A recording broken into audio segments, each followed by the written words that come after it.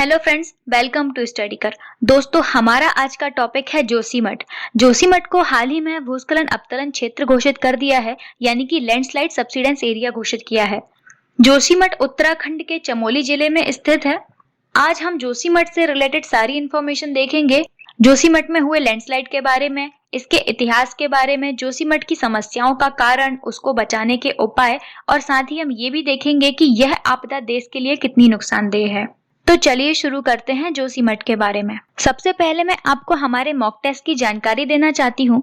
दोस्तों, आप चाहे किसी भी एग्जाम की तैयारी कर रहे हो, जैसे मध्य प्रदेश के किसी एग्जाम की, एसएससी, बैंकिंग या पटवारी, तो उसके लिए मॉक टेस्ट आपको हमारे एप्लीकेशन पर मिल जाएंगे। उन मॉक टेस्ट को आप ज्वाइन कर सकते हैं। ये मॉक टेस्ट आपको हिंदी और इंग्लिश दोनों लैंग्वेज में मिल जाएंगे। आपको इन मॉक टेस्ट पर कुछ डिस्काउंट भी मिल जाएगा। उसके लिए आप हमारा कूपन कोड PS100 यूज कर सकते हैं, जिससे आपको हमारे मॉक टेस्ट में डिस्काउंट मिल जाएगा। इन सभी मॉक टेस्ट का लिंक आपको डिस्क्रिप्शन बॉक्स से मिल जाएगा। उसके लिए आप हमारा ऐप डाउनलोड कर मॉक टेस्ट ज्वाइन कर सकते हैं। तो चलिए हम शुरू करते हैं और देखते हैं जोशीमठ में हो रहे लैंडस्लाइड के बारे में। जोशीमठ में भूस्खलन और जमीन धंसने के कारण इसको भूस्खलन अपतलन क्षेत्र घोषित कर दिया गया है। अपतलन क्षेत्र का अर्थ होता है पृथ्वी की सतह का धीरे धीरे या अचानक से धंसना। बद्रीनाथ और हेमकुंड साहिब की ओर जाने वाले यात्रियों के लिए जोशीमठ एक महत्वपूर्ण केंद्र है। उत्तराखंड के जोशीमठ में लोगों के घरों व सड़कों के बीच बड़ी बड़ी दरारें देखने को मिल रही हैं और तेजी से हो रहा ये भूमि धसाव भारत तिब्बत की सीमा की ओर भी बढ़ने लगा है। इस भू धसाव ने क्षेत्र के सभी वार्डों को अपने चपेट में ले लिया है, जिस कारण जोशीमठ में भूस्खलन से प्रभावित घरों में रहने वाले 70 से अधिक निवासियों को अस्थायी राहत केंद्रों में भी भेज दिया गया है। स्थिति की गंभीरता को देखते हुए पीएमओ भी इस पर लगातार निगरानी बनाए हुए है।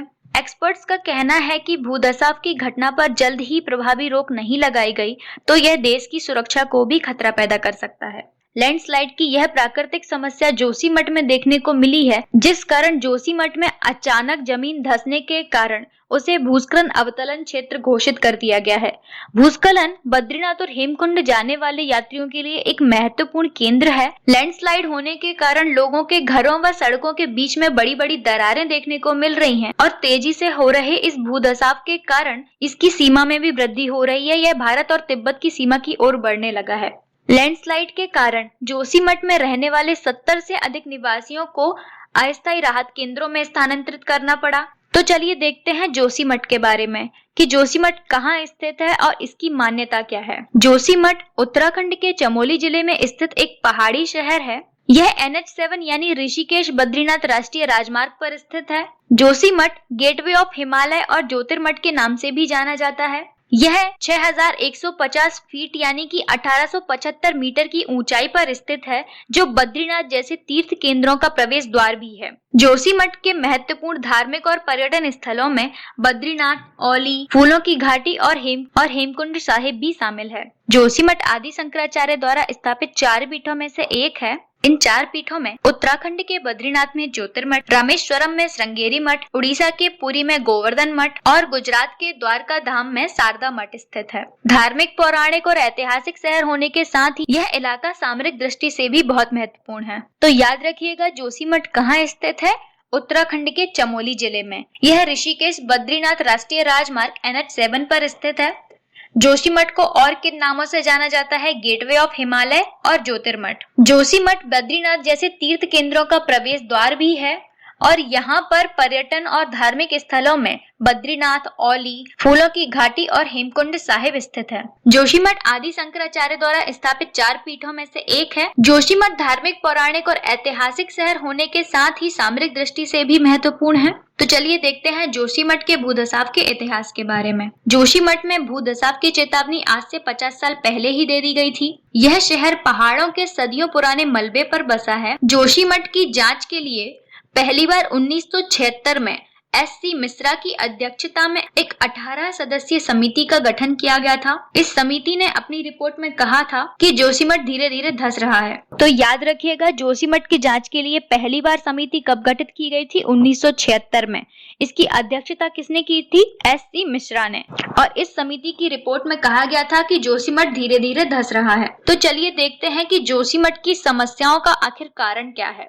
जोशीमठ मुख्य चट्टान पर नहीं बल्कि रेत और पत्थर के जमाव पर स्थित है। 1976 की मिश्रा समिति की रिपोर्ट में कहा गया था कि जोशीमठ एक प्राचीन भूस्खलन क्षेत्र पर स्थित है। जोशीमठ में हो रहे निर्माण कार्य में वृद्धि, पनबिजली परियोजनाओं और राष्ट्रीय राजमार्गों के चौड़ीकरण ने भी पिछले कुछ वर्षों में इसकी ढलानों को अत्यधिक अस्थिर बना दिया, जिस कारण यहाँ भूस्खलन हो रहा है। विष्णुप्रयाग से बहने वाली धाराओं जैसे अलकनंदा नदी में हो रहे भूमि कटाव से यहाँ पर लैंडस्लाइड का खतरा बढ़ गया है। शहर में ड्रेनेज की व्यवस्था न होना भी जोशीमठ की समस्याओं का एक कारण है। तो याद रखिएगा, जोशीमठ की समस्याओं के कारण क्या है। जोशीमठ एक प्राचीन भूस्खलन क्षेत्र पर स्थित है क्योंकि यह मुख्य चट्टान पर नहीं बल्कि रेत और पत्थर के जमाव पर स्थित है। जोशीमठ में हो रहे निर्माण कार्य में वृद्धि, पनबिजली परियोजनाएं और राष्ट्रीय राजमार्गों के चौड़ा करने के कारण भी यहाँ पर भूस्खलन काफी बढ़ गया है। विष्णुप्रयाग से बहने वाली अलकनंदा नदी में हो रहे भूमि कटाव के कारण भी लैंडस्लाइड का खतरा बढ़ गया है। साथ ही शहर में ड्रेनेज व्यवस्था न होना भी जोशीमठ की समस्याओं का एक कारण है। चलिए देखते हैं जोशीमठ को बचाने के लिए कौन कौन से उपाय किए जा रहे हैं। मिश्रा समिति ने भूस्खलन और भूधसाव वाले क्षेत्रों को ठीक कराकर वहां पौधे लगाने की सलाह दी थी। इसके साथ ही इस समिति ने कहा था कि इस स्थल की स्थिरता की जांच करने के बाद ही क्षेत्र में आगे निर्माण का कार्य किया जाना चाहिए और ढलानों पर हो रहे उत्खनन कार्य पर भी रोक लगा देनी चाहिए। साथ ही उन्होंने यह भी कहा कि भूस्खलन क्षेत्र पर कोई पेड़ नहीं काटा जाएगा और न ही खुदाई और विस्फोट के समय निकले बोल्डर को हटाया जाएगा। साथ ही पहाड़ी की तलहटी पर लटकने वाले शिलाखंडों को भी उचित सहारा देने की जरूरत है और साथ ही नदी प्रशिक्षण के भी उपाय किए जाने चाहिए। IIT रुड़की के वैज्ञानिक AS मौर्य ने कहा कि जोशीमठ में आबादी बढ़ने के साथ ही शहर में ड्रेनेज सिस्टम उस हिसाब से नहीं बन पाया है, तो शहर के ड्रेनेज सिस्टम को भी सही ढंग से बनाने की जरूरत है। वैज्ञानिकों ने बताया कि जोशीमठ में हो रहे भूधसाव को रोका जा सकता है, जिसके लिए पानी को रोकने के लिए जो बड़े बड़े बांध बनाए जा रहे हैं उन पर रोक लगा देनी चाहिए। साथ ही इसके सॉल्यूशन के लिए हॉटस्पॉट का जियोफिजिकल सर्वे और स्टडी करना होगा। चलिए अब देखते हैं कि यह आपदा देश के लिए किस तरह नुकसानदेह है। इस भूधसाव से देश की सीमाओं को भी खतरा है। इस लैंडस्लाइड से सैन्य क्षेत्र में जाने वाली सड़कें भी धंसना शुरू हो गई हैं। जोशीमठ भारतीय सेना के लिए बहुत ही महत्वपूर्ण है क्योंकि भारतीय सेना का ब्रिगेड मुख्यालय और भारतीय तिब्बत सीमा पुलिस की एक बटालियन भी यहाँ पर तैनात है। यह अत्यधिक महत्वपूर्ण इसलिए है क्योंकि जोशीमठ भारतीय तिब्बत सीमा का अंतिम शहर है। यदि इस तरह भूधसाव का क्षेत्र बढ़ता रहा तो यहाँ जवानों का रहना मुश्किल हो जाएगा। एक्सपर्ट्स का तो ये भी कहना है कि इस स्थिति में देश की सुरक्षा को भी खतरा पैदा हो सकता है क्योंकि जोशीमठ भारत तिब्बत सीमा के महज 100 किलोमीटर ही दूर स्थित है और यह भारत तिब्बत सीमा का एक आखिरी शहर है, जिस कारण यहाँ पर ITBP यानी कि भारत तिब्बत सीमा पुलिस की एक बटालियन भी तैनात है। अगर यह भूधसाव ऐसे ही बढ़ता रहा तो यहाँ पर जवानों का रहना मुश्किल हो जाएगा, जिससे भारत देश की सुरक्षा में खतरा पैदा हो सकता है। उम्मीद है आपको हमारा ये आज का वीडियो पसंद आया होगा और ऐसे ही वीडियोस के लिए जुड़े रहिए हमारे YouTube चैनल स्टडीकर से। इस वीडियो का PDF आपको हमारे एप्लीकेशन पर मिल जाएगा, जिसकी लिंक आपको डिस्क्रिप्शन बॉक्स से मिल जाएगी। PDF आपको हमारे ऐप में स्टडी मटेरियल पर जाकर मिल जाएगा। हमारी आज की ये वीडियो आपको पसंद आई हो तो इसे लाइक और शेयर जरूर करें और हमारे चैनल को सब्सक्राइब करना ना भूलें। Thanks for watching.